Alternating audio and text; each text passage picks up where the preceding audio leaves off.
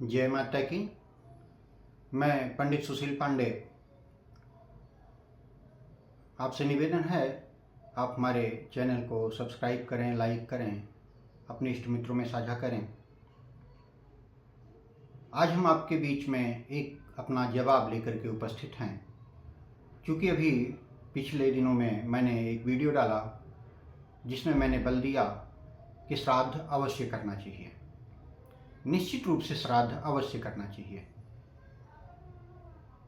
उस पर कुछ तर्क वितर्क, बेवजह के बातें, क्वेश्चन उठे। लोगों ने मैसेज करके कहा ऐसा क्यों नहीं किया जाना चाहिए, मिलता है नहीं मिलता है, यानी तमाम तरह के कुतर्कों को प्रस्तुत किया कुछ लोगों ने।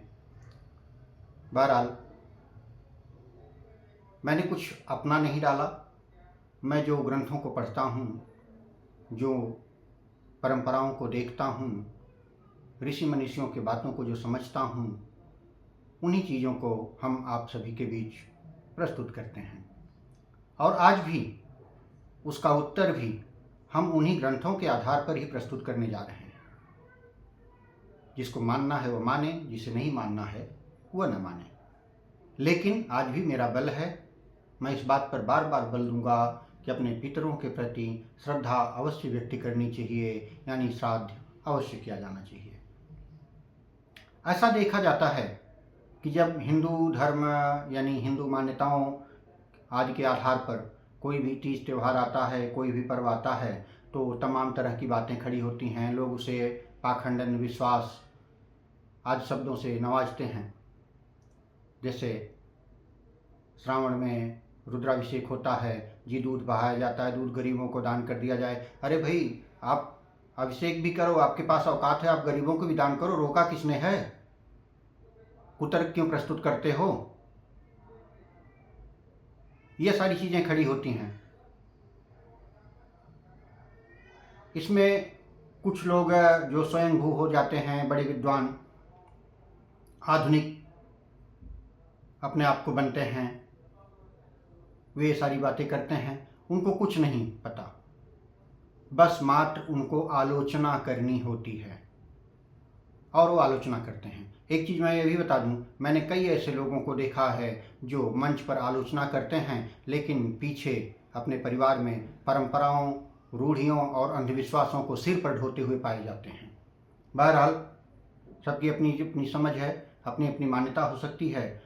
हम यहाँ किसी के विचारों का खंडन नहीं करेंगे, लेकिन मैं अपने विचारों को प्रस्तुत अवश्य करूँगा। कोई कहा कि ये पिंडदान तर्पण आदि पितरों को कैसे मिलते हैं? इसका उत्तर है, वो सज्जन जा कर के पुराणों, श्रुतियों, स्मृतियों और सिद्धांतों को देखें, भरे पड़े हुए हैं। कोई कोई यह कहता है कि जीवित माता पिता की उपेक्षा की जाती है और मरने के बाद श्राद्ध तर्पण। तो मेरा उत्तर यह है कि जो व्यक्ति जीवित रहते हुए अपने माता पिता की उपेक्षा करेगा, वह श्राद्ध तर्पण भी नहीं करेगा। उसके लिए यह बिल्कुल बेकार की बात है, वह करेगा ही नहीं। तो उसको इस बारे में सोचने समझने की कोई ज़रूरत ही नहीं है। यदि जीवित रहते हुए जो व्यक्ति उनका आदर सम्मान किया होता है, वही व्यक्ति उनके श्लोक से जाने के बाद श्राद्ध तर्पण के लिए तैयार होता है और वही करता है। तो यह कुतर्क कतई यहाँ मान्य नहीं होता है। दूसरा, यह कहा जाता है कि जिनके वंशजों में कोई नहीं है, उनका क्या, उनको कौन करता है? बिटिया को अपने पिता के लिए अधिकार क्यों नहीं? दामाद को ससुर का तर्पण करने का अधिकार क्यों नहीं? इस तरह के भी प्रश्न सामने आए। इसका एक ही उत्तर है कि प्रश्नकर्ता को इस बारे में कुछ पता ही नहीं है। क्योंकि उच्छिन्न कुल वंशों के लिए, ससुर के लिए दामाद को, बेटी के लिए माता पिता को तथा बहू के लिए अपने सास ससुर का पिंडदान आदि करने की बात पद्धतियों में मिलती है। इसलिए मैं मानता हूँ प्रश्नकर्ता को पता नहीं, बस उसने प्रश्न कर दिया। पद्धतियों में है उच्छिन्न कुल वंश, यानी जिसके कुल खानदान में कोई नहीं रह गया है, उसके निमित्त कोई दूसरा भी श्राद्ध करता है। और ऐसे आयोजन मैंने देखे हैं बड़े बड़े धर्मात्मा लोग तीर्थादि स्थलों पर इकट्ठा होकर के ऐसे लोगों का श्राद्ध तर्पण करते हैं। किया जाना चाहिए। अब यह भी एक सवाल आता है कि यह अवैज्ञानिक है, तो सबसे पहले मैं उस प्रश्नकर्ता से सवाल पूछता हूं कि वैज्ञानिक क्या है। ऐसा क्या देखा और सुना जाए जो यह मान लिया जाए कि वह वैज्ञानिक होता है।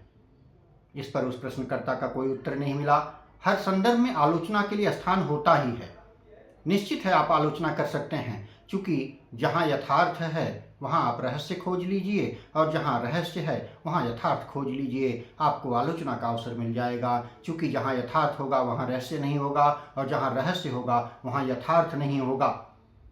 जबकि रहस्य और यथार्थ दोनों का वजूद इस दुनिया में, इस ब्रह्मांड में पाया जाता है। क्योंकि मान्यता प्रत्यक्ष को ही नहीं अप्रत्यक्ष को भी दी गई है। परख नली में डाल करके जिसको प्रयोग द्वारा प्रमाणित नहीं किया जा चुका है उसके होने की भी बात स्वीकार की जाती है। ब्लैक होल की खोज हो चुकी है, वह प्रमाणित है, लेकिन उसके भीतर क्या है यह रहस्य अब भी बना हुआ है। लेकिन उसके भीतर कुछ है यह मान लिया गया है। यह मानव प्रवृत्ति है। बड़ी समस्या है। यानी आलोचना का अवसर मिले आलोचना करेंगे, निश्चित रूप से आलोचना करेंगे। और खास करके हिंदू दर्शन, हिंदू विचार, हिंदू पद्धतियों पर किए जाने वाले कार्यों पर ढेर सारे आलोचक खड़े हो जाते हैं। आइए तनिक किसी और पर आलोचना करके देखें। बहरहाल आते हैं मूल विषय पर। प्रमाणित करते हैं कि श्राद्ध और तर्पण, पिंडदान किया ही जाना चाहिए। वेद का नाम तो सुने ही है। वेद यानी जिसका शाब्दिक अर्थ होता है ज्ञान, जिसको सारे लोग स्वीकार करते हैं। उसी वेद में पृथ्वी लोक, पाताल लोक, स्वर्ग लोक आदि शब्द मिलते हैं। उसमें पितर शब्द भी मिलते हैं। उपनिषदों में पिंडों की बात मिलती है। वेद में पुनर्जन्म की बात मिलती है। जिस कर्मकांड को ढोंग और पाखंड कह दिया जाता है, वेद की 1,00,000 ऋचाओं में 80,000 ऋचाएं मात्र कर्मकांड को निर्देशित करती हैं। 16 में उपासना और ज्ञान कांड होता है। यानी 16 उपासना कांड है और 4 ज्ञान कांड है। विभिन्न देवी देवताओं को संबोधित करते हुए वैदिक ऋचाओं में से अनेक पितरों तथा मृत्यु की प्रशस्ति में गाई गई हैं। वेद की ऋचाएं गाई गई हैं पितरों के निमित्त। पितरों का आवाहन किया जाता है। वे पूजकों यानी वंशजों को धन, समृद्धि एवं शक्ति प्रदान करते हैं। पितरों की आराधना में लिखी ऋग्वेद की ऋचा में यम तथा वरुण का भी उल्लेख मिलता है। पितरों का विभाजन, ये सारी चीजें वेद में हैं, उपनिषदों में हैं, पढ़िए ना, आपको मिलेंगी। पितरों का विभाजन वर और अवर और मध्यम वर्गों में किया गया है। इस वर्गीकरण का आधार मृत्यु कर्म में पितृ विशेष का स्थान ही होता है। ऋग्वेद के 2 छंद में स्पष्ट उल्लेख है कि सर्वप्रथम और अंतिम दिवंगत पितृ तथा अंतरिक्षवासी पितृ श्रद्धेय हैं। सायण की टीका अनुसार श्रौत संस्कार संपन्न करने वाले पितर प्रथम श्रेणी में, स्मृत आदेशों का पालन करने वाले पितर द्वितीय श्रेणी में और इनसे भिन्न कर्म करने वाले पितर अंतिम श्रेणी में रखे गए हैं। ऐसे 3 विभिन्न लोकों अथवा कार्य क्षेत्रों का विवरण प्राप्त होता है जिनसे होकर के मृतात्मा की यात्रा पूर्ण होती है। ऋग्वेद में अग्नि से अनुनय है कि वह मृतकों को पितृलोक तक पहुंचाने में सहायक हों। अग्नि से ही प्रार्थना की जाती है कि वह वंशजों के दान पितृगणों तक पहुंचा करके मृतात्मा को भीषण रूप से भटकने से रक्षा करे। ऐतरेय ब्राह्मण में अग्नि का उल्लेख उस रज्जु के रूप में किया गया है जिसकी सहायता से मनुष्य स्वर्ग तक पहुंचता है। स्वर्ग के आवास में पितृ चिंता रहित हो परम शक्तिमान एवं आनंदमय रूप धारण करते हैं। पृथ्वी पर उनके वंशज सुख समृद्धि के प्राप्त हेतु पिंडदान देते हैं और उनकी पूजा आराधना करते हैं। यह सारी बातें वेद में उपनिषदों में कही गई हैं। या तो ठीक है आप सीधा यह कह दीजिए कि वेद उपनिषद ये सारी चीज़ें बिल्कुल गलत हैं, खंडन कर दीजिए, तो ठीक है हम भी मान लेंगे भाई कि नहीं किया जाना चाहिए। लेकिन हम हिंदू पद्धति को मानते हैं, हिंदू दर्शन को मानते हैं, हिंदू पद्धति में जीवन जीते हैं, तो हमारे में देव पूजा और पितृ पूजा मुख्य होती है, इसलिए हम उसको करने कराने पर बल देते ही रहेंगे। आपको मानना है माने, नहीं मानना है आप न माने। जय माता की। वेदों में पितरों के भयावह रूप की भी कल्पना की गई है। पितरों से प्रार्थना की गई है कि वे अपने वंशजों के निकट आएं, उनका आसन ग्रहण करें, पूजा स्वीकार करें और उनके क्षुद्र अपराधों से अप्रसन्न न हों। उनका आवाहन व्योम में नक्षत्रों के रचयिता के रूप में किया गया है। उनके आशीर्वाद में दिन को ज्वाज्वल्यमान और रजनी को अंधकार में बताया गया है। परलोक में दो ही मार्ग हैं, देवयान और पितृयान। पितृगणों से यह भी प्रार्थना की गई है कि देवयान से मृत्यु की सहायता के लिए अग्रसर हों। ये सारी बातें जब आप ग्रंथों को पढ़ेंगे तो पाएंगे। इसलिए यह कह देना बड़ा आसान होगा कि ढोंग है, पाखंड है।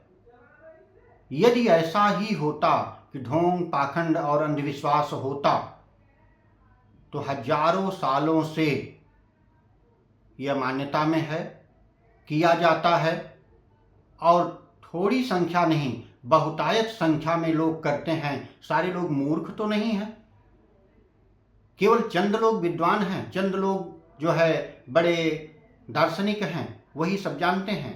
खंडन कर देना बड़ा आसान है।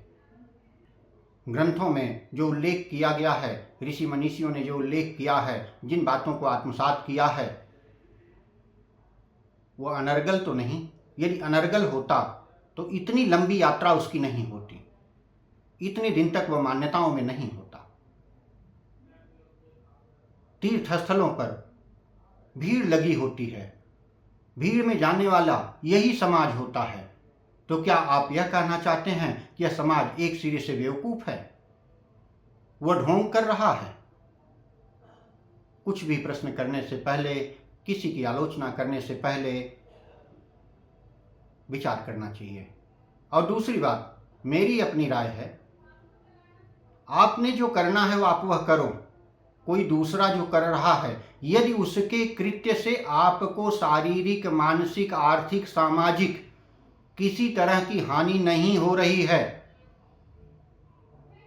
तो आप उसकी आलोचना करने का या उसका खंडन करने का अधिकार नहीं रखते।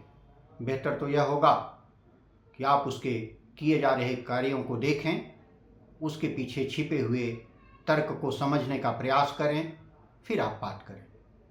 बहरहाल